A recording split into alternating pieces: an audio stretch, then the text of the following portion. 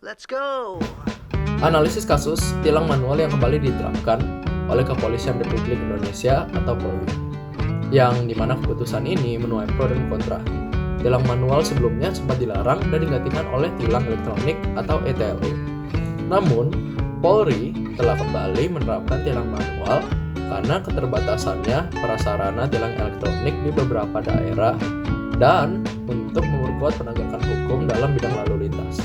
Beberapa alasan yang mendasarinya adalah peningkatan pelanggaran lalu lintas dan kecelakaan setelah larangan tilang manual, serta keterbatasan prasarana tilang elektronik di beberapa daerah. Ada banyak klaim yang bisa dikategorikan dalam kasus ini. Salah satu contoh dari klaim adalah setelah tilang manual dilarang, pelanggaran disiplin berlalu lintas meningkat. Kemudian, salah satu contoh non-klaim yaitu tilang manual sebelumnya sempat dilarang dilakukan sejak akhir tahun lalu. Kalimat tersebut merupakan kalimat non-klaim karena hanya merupakan keterangan lanjut. Kemudian, ada klaim yang menyatakan bahwa setelah tilang manual dilarang, pelanggaran disiplin berlalu lintas meningkat, semakin banyak pengguna jalan yang abai terhadap peraturan. Klaim ini merupakan klaim faktual karena hanya bertujuan untuk menyatakan kabar berita secara apa adanya. Dan hal ini bisa dibuktikan dengan menyatakan kebenaran atau kesalahan pada klaim. Lalu juga ada klaim yang berbunyi, polisi menyatakan bahwa penerapan tilang manual tidak bermaksud untuk mengintimidasi pengendara, melainkan untuk memperkuat penegakan hukum dalam bidang lalu lintas. Klaim ini merupakan klaim faktual deskriptif karena menyajikan tujuan atau maksud dari penerapan tilang manual secara langsung. Pernyataan ini tidak bersifat opini atau penilaian, melainkan menyajikan informasi tentang niat dari penerapan kebijakan tilang manual. Argumen. Tilang manual sebelumnya sempat dilarang dilakukan sejak akhir tahun lalu. Instruksi larangan menggelar tilang secara manual dituangkan dalam surat telegram nomor ST2264 XHUM 345 tahun 2022 pertanggal 18 Oktober 2022. Jajaran polisi lalu lintas diminta memaksimalkan penindakan melalui tilang elektronik atau ETLE baik statis maupun mobile. Counter argumen. Akan tetapi, berdasarkan hasil evaluasi di beberapa daerah, sejak tilang manual tidak diberlakukan, lokasi-lokasi yang tidak terjangkau oleh kamera ETLE terjadi peningkatan pelanggaran, terutama pada pelanggaran yang berpotensi menyebabkan kecelakaan lalu lintas, sehingga diperlukan pemberlakuan tilang manual kembali sebagai upaya pendukung dan penguatan adanya tilang ETLE, khususnya pada ruas jalan yang tidak terdapat kamera ETLE.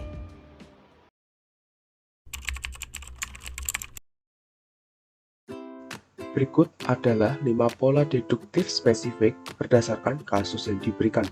Yang pertama adalah modus ponens. Jika tilang manual diterapkan, maka penegakan hukum lalu lintas akan diperkuat. Tilang manual diterapkan, maka penegak hukum lalu lintas akan diperkuat. Yang kedua adalah modus tollens. Jika tilang elektronik efektif dalam menekan pelanggaran lalu lintas, maka pelanggaran lalu lintas akan menurun. Pelanggaran lalu lintas tidak menurun, maka tilang elektronik tidak efektif dalam menekan pelanggaran lalu lintas. 3. Disjunktif.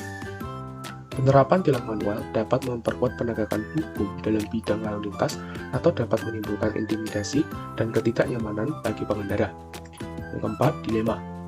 Jika tilang manual diterapkan, maka dapat memperkuat penegakan hukum lalu lintas atau menimbulkan intimidasi dan ketidaknyamanan bagi pengendara.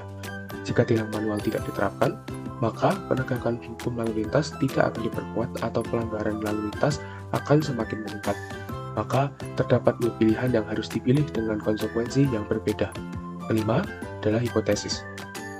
Jika terbatasnya prasarana tilang elektronik atau ETLE di sejumlah daerah menjadi alasan kembalinya tilang manual, maka penerapan tilang manual akan meningkatkan penegakan hukum lalu lintas. Terbatasnya prasarana tilang elektronik atau ETLE di sejumlah daerah menjadi alasan kembalinya tilang manual, maka penerapan tilang manual akan meningkatkan penegakan hukum lalu lintas.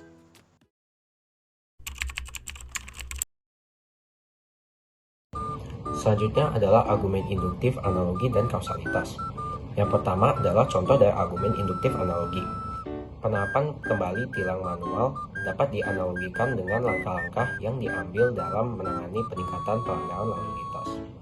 Misalnya, seperti penggunaan tilang manual setelah larangan tilang manual sebelumnya yang menyebabkan peningkatan pelanggaran lalu lintas. Hal ini dapat dianggap sebagai analogi bahwa penerapan kembali tilang manual dapat membantu menekan pelanggaran lalu lintas.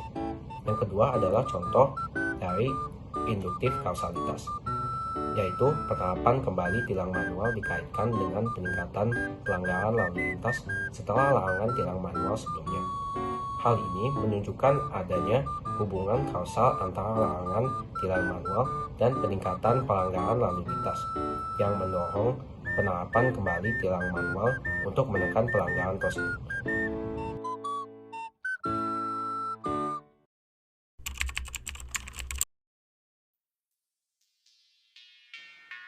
Kesesatan berpikir informal. Terdapat kesalahan post hoc ergo propter hoc ketika Polri mengaitkan peningkatan pelanggaran lalu lintas dengan larangan tilang manual dan kemudian menyimpulkan bahwa penerapan kembali tilang manual diperlukan untuk menekan pelanggaran tersebut. Hal ini merupakan kesalahan karena asumsi bahwa karena satu peristiwa terjadi setelah peristiwa lain, maka peristiwa pertama merupakan penyebab peristiwa kedua. Tentu, hal ini merupakan kesalahan karena berurutan dalam waktu saja tidak cukup untuk menyimpulkan adanya hubungan kausal. Karena kemungkinan besar banyak faktor-faktor lain yang mempengaruhi peningkatan pelanggaran lalu lintas.